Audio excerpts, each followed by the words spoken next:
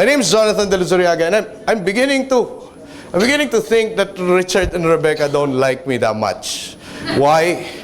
Because first and foremost, they want me to present selling the country and selling the industry in 30 minutes. Second, I was having a chat with my good friend Don Feldbaum. Where's Don? Is he here, or did he have a French exit again? So Don Feldbaum, and Rebecca came to me and said, would you like to be the next speaker? And I said, wow, what? Not yet, please.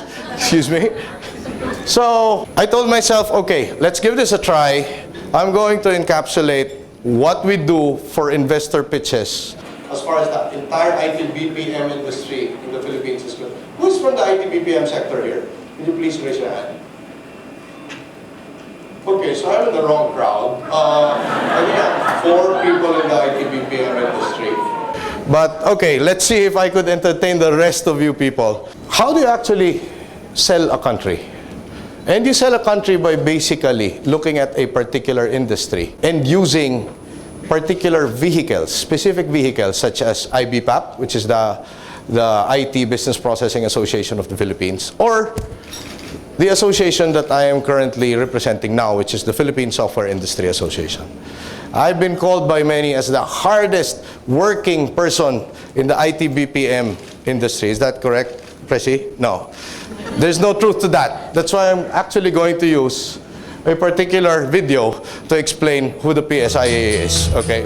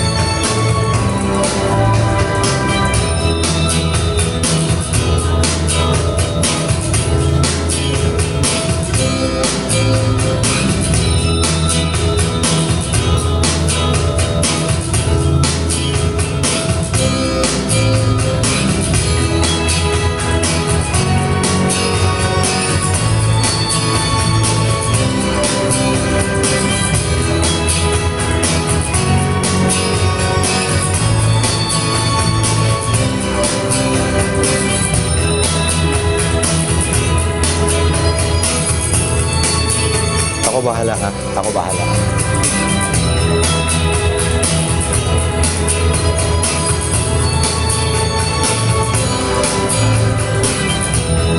This was actually created by one of the startup companies that PSIA is taking care of.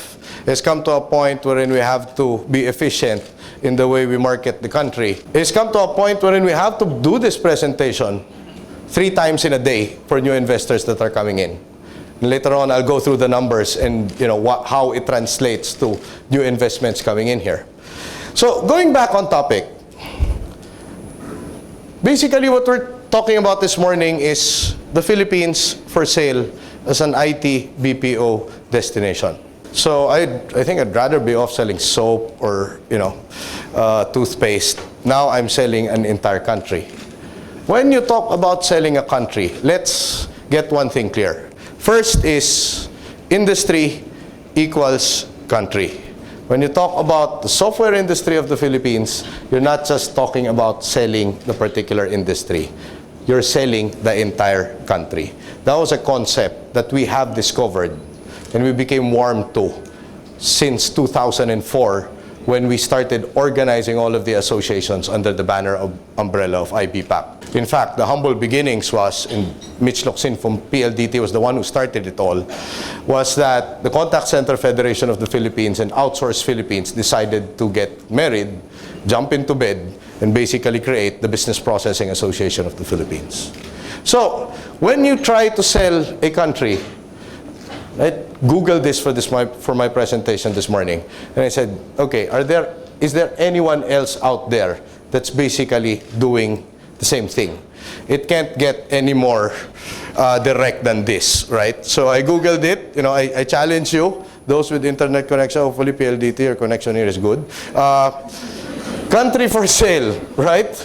When you type in marketing, selling a country, and you click on images, you could basically see this particular ad, this image, country for sale. You too can now become the proud owner of your own micro-nation state. But this is not particularly what I'm talking about. Who could guess what country this is? I'd like to welcome the presence of the lovely Cathy Ileto, who was part of Business Processing Association of the Philippines as well. So this is an ad created by New Zealand. Because technically now, at this digital age, if you don't have the ads, if you don't have the website, if you're not on social media, you're not even a country. Case in point, if we look at the best websites for countries that are out there, and we're not just talking about a particular industry, we're talking about country tourism in general. At this digital age, what several authorities out there are saying that the best websites would be, one is Finland, second is Iceland, the third one is Ireland. So it makes me want to think, in order for you to be adjudged as the best website, probably your country should have land at the end of it. Philippine land. Doesn't sound right. But let's go back to Country Marketing 101. And, you know, I could see some friends here who have been very, very instrumental in actually pushing this together. How do you sell a country? As far as the Philippine IT BPM industry is concerned, we're looking at 4 pillars. One of them would be talent. The second is cost of operations. The third one is infrastructure. And the fourth is the business environment. In fact, we did not have to reinvent the wheel. We looked at Big Brother India, who was about 10 years ahead of us in terms of marketing themselves as an IT BPM destination. And I said, what are they doing right? And what are they doing wrong? So they put up an association called NASCOM. And that's basically the main driver of all growth in the IT BPM sector. And we said, there's something wrong with the way it's configured. It's only the providers that are part of the association. However, if we talk about infrastructure, you need all the other moving parts of the industry, such as telecommunications. We've got our friends from Jones Lang LaSalle over there as well, who are into real estate. We've got the manpower services provider, which is basically the main driver of any industry growth. And we said, they should be sitting in the same table with us, so that we could discuss things and plan things and push it forward. In fact, Dave Lichu of Jones Lang LaSalle Lichu more or less came up with the first few studies in terms of real estate for IT BPO, because everybody in this room could more or less agree, or at least agree to disagree with me. Prior to the IT BPO segment coming into the Philippines, real estate in the country was really problematic. And then came the BPO sectors, and they just took all the available space. Agree? So you should thank the industry. Next is, these measures don't measure up anymore to what is how things are developing for the industry. So a company called Tholons, which I had the honor of being part of in a past life, expanded it and said, we're now looking at the scale and quality of talent, we're looking at the cost, we're looking at the business catalyst, we're looking at infrastructure again, the risk profile of a country, which has always been the issue when we were still growing this industry. And then last but not the least is the quality of life. You know, especially for the contact center sector, wherein almost 80% are North America facing. And I've had a good taste of that being part of Convergys and Teleperformance. In fact, I lost several body parts just being in the night shift for 10 years. It's a nice statement to say before lunch, but anyway. You have to have all the support pieces in place. It's transportation 24/7. Where are they going to eat? What are they going to eat? What activities do they have at 6 o'clock in the morning? In fact, several places in Libis would have very dark tints. The restaurants there have very dark tints. Why? Because when these workers come out at 6, 7 o'clock in the morning, it's so difficult to drink a beer while the sun is up, right? So you have to simulate evenings. Have you ever tried drinking a beer while the sun is really up? You got a problem. You can talk to me afterwards, you know. I know some people in AA. So these are some of the expanded measurements as far as the industry is concerned. This is an exact replica of the IBPAP slide that gets presented to new investors and those that would want to grow. And we basically talk about the quantity of the graduates. This is definitely not the only courses that we produce as a nation, but it is the courses that are more, academic disciplines that are more attuned to to the IT-BPM industry. And then we try to compare it to the rest of the world. What always gets the attention of new investors is the 92.6% literacy rate of the Philippines. Obviously, the 7.4% more or less are politicians. Next. Now we're talking about the quality. You want me to be controversial, right, Richard? So, let's talk about the quality. PSIA will now say, in front of investors, these are all the verticals and horizontals that we serve in the Philippines. In fact, what we do is that we piggyback on the popularity of the Philippines as a voice destination, and we basically tap the shoulder of the investors and say, excuse me, by the way, we also do other things here, like software development, we also have animation, we have game development. Oh, and by the way, we produce the most number of nurses in the world. Right? So, we're looking at who has the pole position, but at the same time, everybody else is attacking it at the same pace. And of course, when it comes to real estate, we're basically saying, Luzon, Visayas, and Mindanao is open for outsourcing. Sutherland, a company that Cathy Ileto is representing, is at the forefront of developing, looking at other places, other venues in the Philippines that could service outsourcing requirements. In fact, the next one I think is going to be in Boracay, so that's where you're going to be assigned. Okay. Outsourcing in Boracay. Anyway, so this is basically the approach. When it comes to infrastructure and real estate specific, the entire Philippines is open for business. Sometimes it helps to be prolific. 100 million Filipinos all packed into this small island, right, or group of islands. It has its advantages, right? In the same manner that you could compare the entire population of Singapore to Quezon City. So, and then the most important thing, because make no mistake about it, the Filipino talent is overwhelming. The value proposition is overwhelming.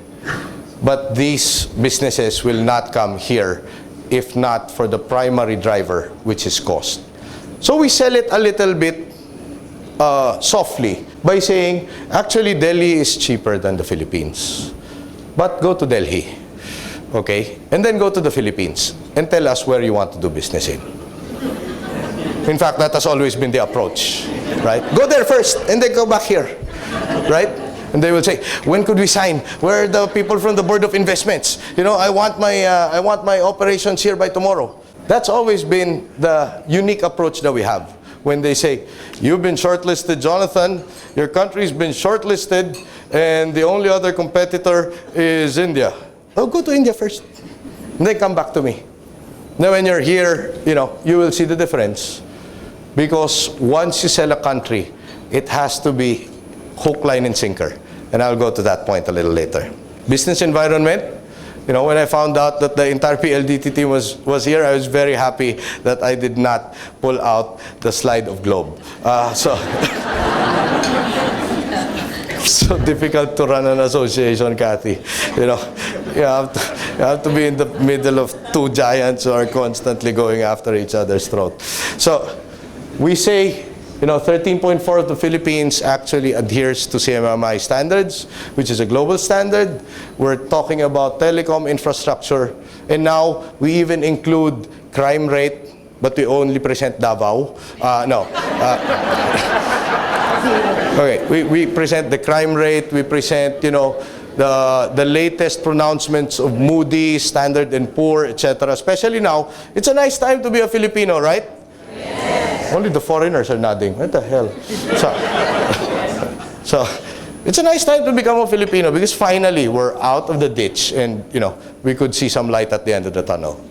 And then it has to be a logo overload. In fact, one of the first prime movers of IBPAP is an Indian fellow who leads Citibank, the Citibank ROHQ here in the Philippines. And we always used him for all investors that are coming in, right? Because technically we're saying, look here, he's the enemy and the enemy loves it here, right? Same goes with Molik Parek of SPI. We always grab him every time there's a new investor and we need validation. So that has always been the kind of cooperation / competition that is part of the IT BPM industry in the Philippines. And we leverage partnerships. We tell them, government is very, very easy to deal with. I'll tell you a secret. Don't tell anyone, okay? Now, yes, it is. Before, it was very difficult. But any government official in his right mind, anyone from government here, by the way? None? Good. Any government official in his right mind would need to support the IT BPM industry. Why? We're a sexy industry to support. We employ, what, 1.1 million Filipinos, multiply that by times 3 or times 4. Wow! You've got a governor seat already. Wow! You could run for a congressman. Correct? So we leave them no choice but to support this. Aside from the fact that I think government has really seen the potential of the industry. Department of Education, which used to be very, very unyielding, is now saying, industry, you know better. Tell us what to teach our students on. I'm sitting on the technical working group of the Commission on Higher Education as well, and they're telling me, what do you need as an industry? One of the requests I had was, could you please give us students that are strong in analytical ability and logical reasoning, because that's what we need.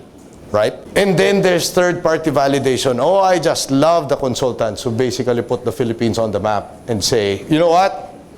All of these key IT players are in our mature quadrant, and they're all in the Philippines.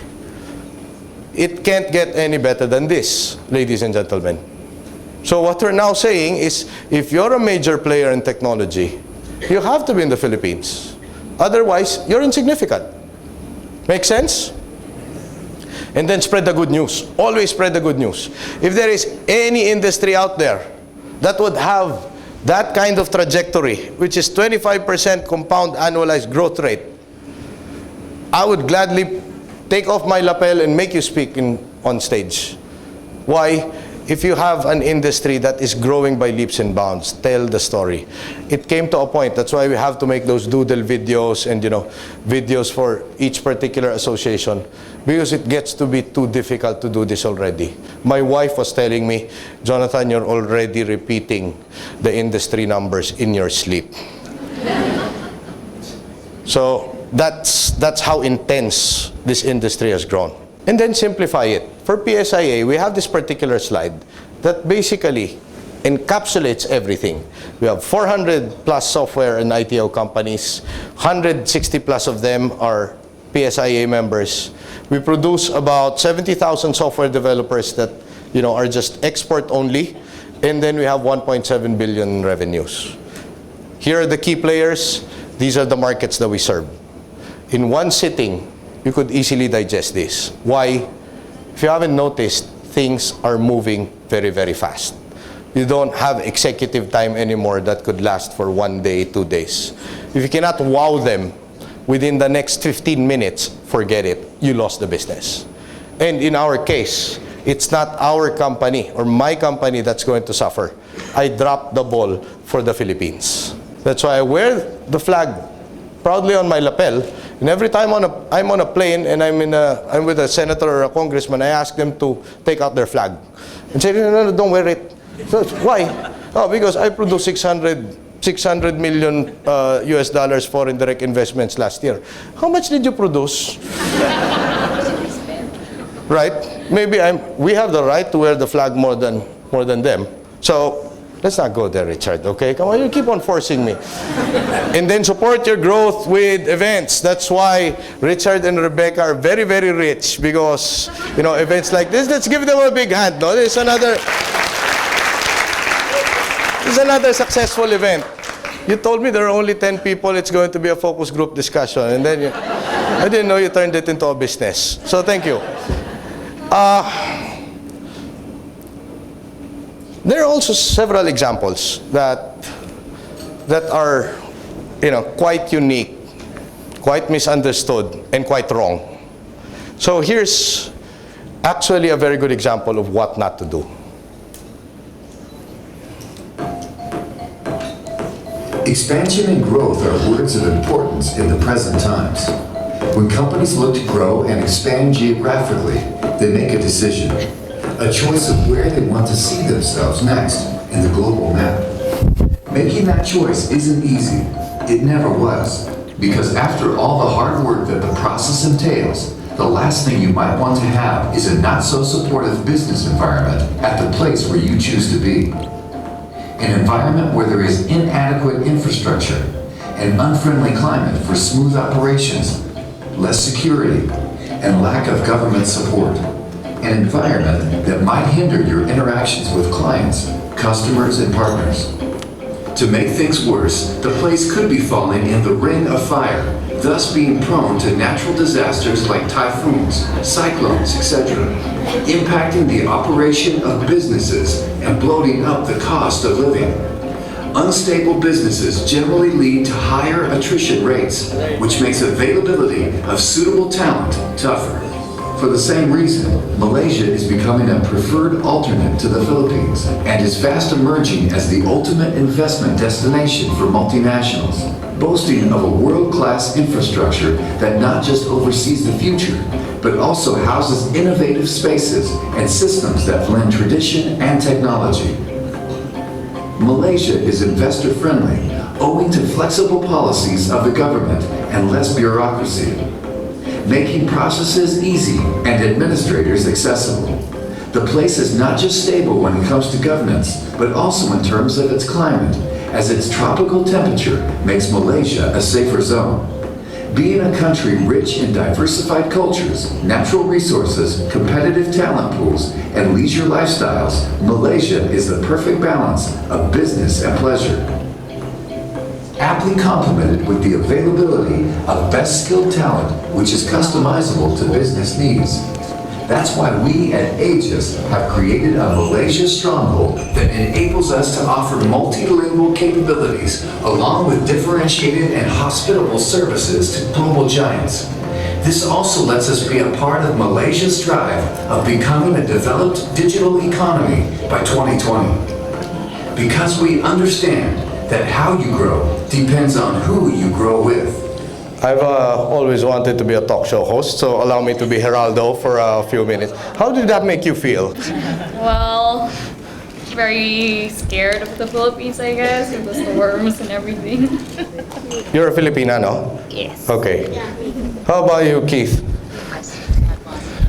Well, I thought this is another country that wants to eat our lunch here, right? So Malaysia wants to take on, Aegis wants to move to Malaysia and help take on our lunch. It's deceiving because this guy's a Filipino actually, so you know, don't.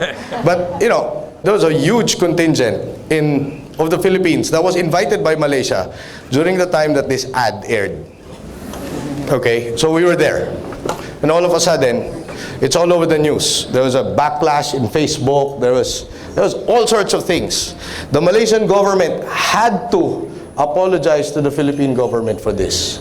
And from what I've heard, the person who made this ad has now a very lucrative marketing and advertising career somewhere in the Himalayas. Okay? So here's another perspective. Let me show you this, because I've been a real big fan of this particular ad. And it's very subtle, but at the same time, it gets the message across. There are two Indias in this country. One India is training at the leash, eager to spring forth and live up to all the adjectives that the world has been recently showering upon us. The other India is the leash. One India says, give me a chance and I'll prove myself. The other India says, prove yourself first and maybe then you'll have a chance. One India lives in the optimism of our hearts. The other India lurks in the skepticism of our minds. One India wants. The other India hopes. One India leads. The other India follows. These conversions are on the rise. With each passing day, more and more people from the other India are coming over to this side. And quietly, while the world is not looking, a pulsating, dynamic new India is emerging. An India whose faith in success is far greater than its fear of failure. An India that no longer boycotts foreign-made goods, but buys out the companies that make them instead. History, they say, is a bad motorist. It rarely ever signals its intentions when it's taking a turn. This is that rarely ever moment. History is turning a page. For over half a century, our nation has sprung, stumbled, run, fallen, rolled over, got up and dusted herself, and cantered, sometimes lurched on. But now, in our 60th year as free nation, the ride has brought us to the edge of time's great precipice. And one India, a tiny little voice in the back of the head, is looking down at the bottom of the ravine and hesitating. The other India is looking up at the sky and saying, it's time to fly. This campaign from the Times of India was actually used to choose their next Prime Minister. But in the same manner, since they're going for higher value processes, isn't this a very nice approach to a particular market that would entail that you need to think, you need thinkers, you need philosophers, you need, disruptors? And I had the distinct honor of meeting. Do you know who he is? Is anyone here in the room? You're not watching Bollywood, no? Except for the guy over there, okay? His name's Amitabh Bachchan, okay? So I had the distinct honor of meeting him face to face in Bangalore. And as old and as grumpy as I am, I never thought that I would be starstruck. But I approached him, and you know what? I was just so starstruck, I was in awe of Amitabh that I even forgot my own accent, right? So I approached him and said, Mr. Bachchan, I'm sorry, I'm a big fan, And, he was very gracious and said, Jonathan, sit down, It's the same manner that, he speaks. And in my mind, what was running was, oh my God, this is the FPJ of India, right? That's not a paid plug, by the way, Let's go, Grace. But anyway, if there's one person that I would have loved to meet, I would have given an arm and a leg. And with this next presentation, he basically put marketing in one very simple piece. It would have been this guy. To me, marketing is about values. This is a very complicated world. It's a very noisy world. And we're not going to get a chance to get people to remember much about us. No company is. And so we have to be really clear on what we want to know about us. Now, Apple, fortunately, is one of the half a dozen best brands in the whole world. Right up there with Nike, Disney, Coke, Sony. It is one of the greats of the greats. Not just in this country, but all around the globe. But even a great brand needs investment and caring if it's going to retain its relevance and vitality. And the Apple brand has clearly suffered from neglect in this area in the last few years. And we need to bring it back. The way to do that is not to talk about speed and fees. It's not to talk about makes and makers. It's not to talk about why we're better than winners. The dairy industry tried for 20 years to convince you that milk was good for you. It's a lie, but they tried anyway. And the sales are going like this. And then they tried got milk going like this. Got milk is the entire of the product. That's like the focus is on the absence of the product. But the best example of all, and one of the greatest jobs of marketing in the universe has ever seen is Nike. Remember, Nike sells a commodity. They sell shoes. And yet, when you think of Nike, you feel something different than the shoe company. In their ads, as you know, they don't ever talk about the product. They don't ever tell you about their air soles and why they're better than Reebok's air soles. What does Nike do in their advertising? They honor great athletes and they honor great athletics. That's who they are. That's what they are about. Apple spends a fortune on advertising. You never know it. You never know it. So, when I got here, Apple just fired their agency. We're doing a competition with 23 agencies that 4 years from now would pick one. And we blew that up, and we hired Shotday, the ad agency that I was fortunate to work with years ago. We created some award-winning work, including the commercial voted the best ad ever made in 1984 by advertising professionals. And we started working about 8 weeks ago. And the question we asked was, our customers want to know who is Apple and what is it that we stand for? Where do we fit in this world? And what we're about isn't making boxes for people to get their job, although we do that well. We do that better than almost anybody in some cases. But Apple's about something more than that. Apple, at the core, its core value is that we believe that people with passion can change the world for the better. That's what we believe. And we've had the opportunity to work with people like that. We've had an opportunity to work with people like you, with software developers, with customers who have done it in some big and some small ways. And we believe that in this world, people can change it for the better. And that those people who are crazy enough to think they can change the world are the ones that actually do. And so what we're going to do in our first brand marketing campaign in several years is to get back to that core value. A lot of things have changed. So the market's a totally different place than it was a decade ago. And Apple's totally different. And Apple's place in it is totally different. And believe me, the products and the distribution strategies and manufacturing are totally different, and we understand that. But values and core values, those things shouldn't change. The things that Apple believes in at its core are the same things that Apple really stands for today. And so we wanted to find a way to communicate this. And what we have is something that I'm very moved by.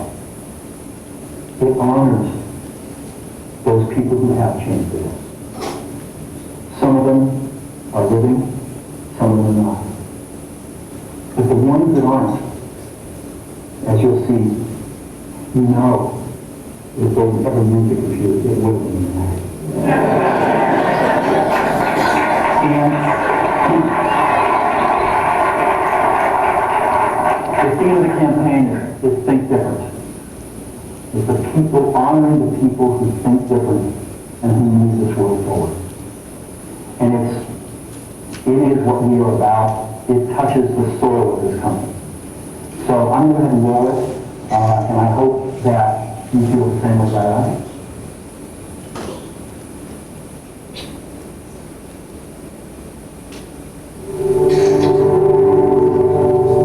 Here's to the crazy ones. Misfits, rebels, troublemakers, round pegs in the square holes, ones who see things differently. They're not following the rules, and they have no respect for the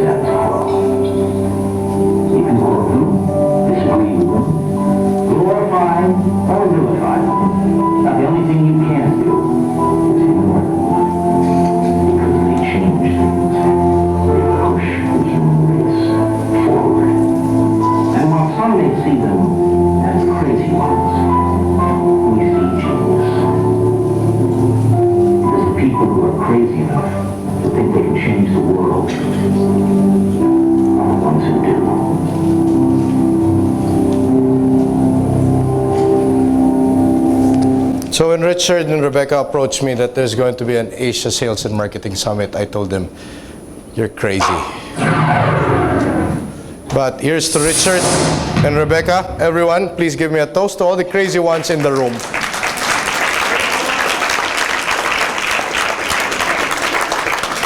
So, unlearn everything that you have learned about marketing, because the world has changed.